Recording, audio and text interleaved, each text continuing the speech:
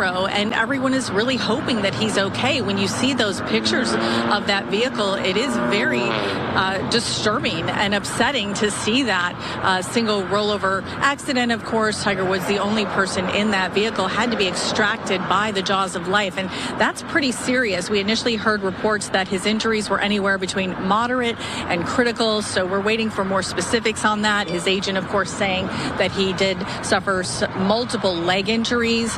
Of course, none of this is good news, but we are hoping that Tiger Woods pulls through. Last we heard, he is in surgery. We're hoping again that someone here at the hospital will come out and give us anything, any kind of information, if that surgery has been completed, if that surgery has been successful. So right now, I think it's just a waiting game.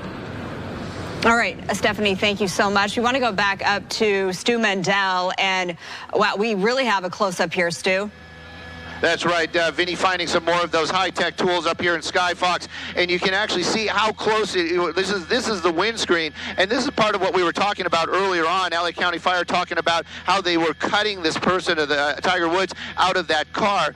You can clearly see there really is no cutting involved in this. They did cut that windscreen out, but they weren't actually cutting any metal to get Tiger Woods out. You can actually see some of those investigators right there, and then you get a quick close-up of that actual golf bag, which to me is just it's just one of those shots you just don't ever want to see. I'm going to go a little bit wider, kind of show you where this is on the hillside up here.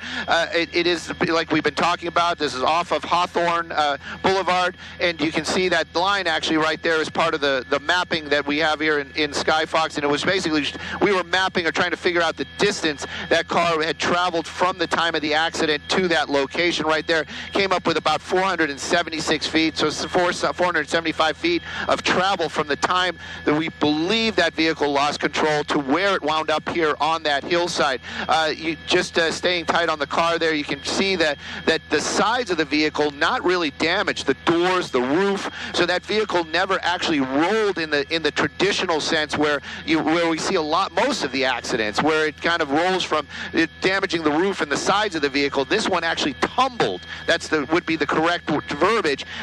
From the front of the vehicle to the back of the vehicle to the front of the vehicle. I don't know how many times it did before it ended up here, but it gives you an idea of the violence or how much of force this vehicle underwent when it was crashing. These guys right there, they've got those tape measures out.